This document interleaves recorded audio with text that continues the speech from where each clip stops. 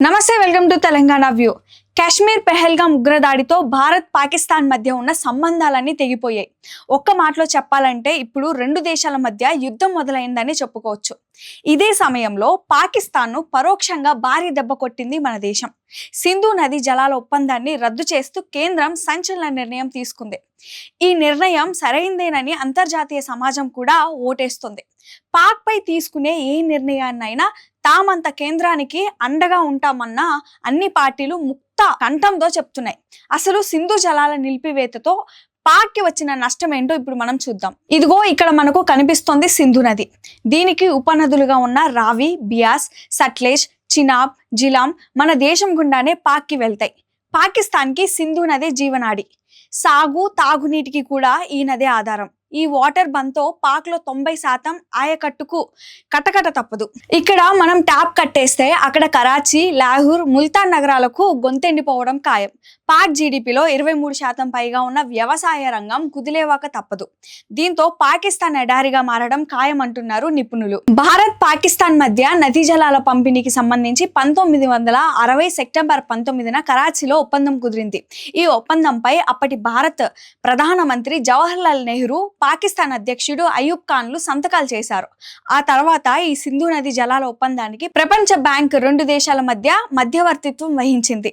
ఒప్పందం ప్రకారం తూర్పున ఉన్న రావి, బియాస్, సట్లెజ్ అనే 3 నదులపై భారత్ కు నియంత్రణ ఉంటుంది. మరోవైపు సింధు, చినాబ్, జీలం నదులపై నియంత్రణ పాకిస్తాన్ కు అప్పగించారు. అయితే 1947లో భారత్ పాక్ విడిపోయినప్పటి నుంచి ఈ వివాదం కొనసాగుతుంది. గతంలోను 1948లో పాక్ కు భారత్ నీటి సరఫరాను ఆపివేసింది. ఐక్యరాజ్య సమితి మధ్యవర్తిత్వంతో మళ్లీ ఒప్పందం కుదిరింది. తాజాగా సింధు నది జలాల ఒప్పందాన్ని భారత్ రద్దు చేయడంతో దానికి ప్రతీకారంగా సిమ్లా ఒప్పందాన్ని రద్దు చేసింది పొరుగు దేశం. No more line of control అంటూ బరితెగించి పాక్ రంకెలు వేస్తోంది.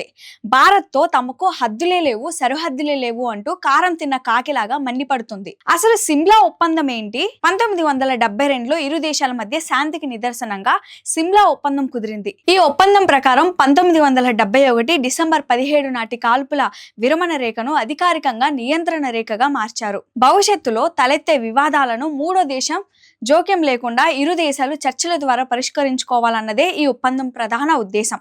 ఈ ఒప్పందం వల్ల ఐక్యరాజ్య సమితి కూడా కాశ్మీర్ అంశాలతో జోక్యం చేసుకోలేదు. అయితే ఇప్పుడు ఈ ఒప్పందాన్ని రద్దు చేయడం ద్వారా కాశ్మీర్ అంశాన్ని ప్రపంచం ముందు పెట్టొచ్చని, నానాయాగి చేయొచ్చని పాకిస్తాన్ పన్నాగం పన్నింది.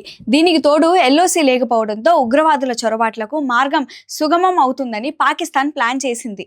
ఇక సిమ్లా ఒప్పందం రద్దయితే పీఓకేని తన కంట్రోల్లోకి తీసుకోవడానికి భారత్కి అవకాశం దొరికినట్టే అంటున్నారు నిపుణులు.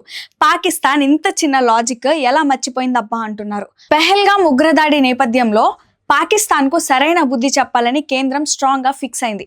సింధు నది జలాల ఒప్పందాల రద్దుతో పాక్ కు కోలుకోలేని షాక్ ఇవ్వగా తాజాగా పాక్ పై ఎలాంటి దాడులకైనా సిద్ధంగా ఉన్నట్లుగా తెలుస్తోంది. మరోవైపు రఫేల్, సుఖోయ్ ఫైటర్ జెట్స్ తో వాయుసేన డ్రిల్స్ నిర్వహించడం ఆసక్తి రేపుతోంది. ఉగ్రవాదులకు కలలో కూడా ఊహించలేని శిక్ష విధిస్తామన్న మోడీ వార్నింగ్ నేపథ్యంలో త్రివిధ దళాలతో ఆర్మీ చీఫ్ భేటీ కావడం, ఏ క్షణంలోనైనా పాక్ పై సర్జికల్ స్ట్రైక్ 3.0 జరిగే అవకాశాన్ని కొట్టిపారేయలేమనే వాదనలు వినిపిస్తున్నాయి.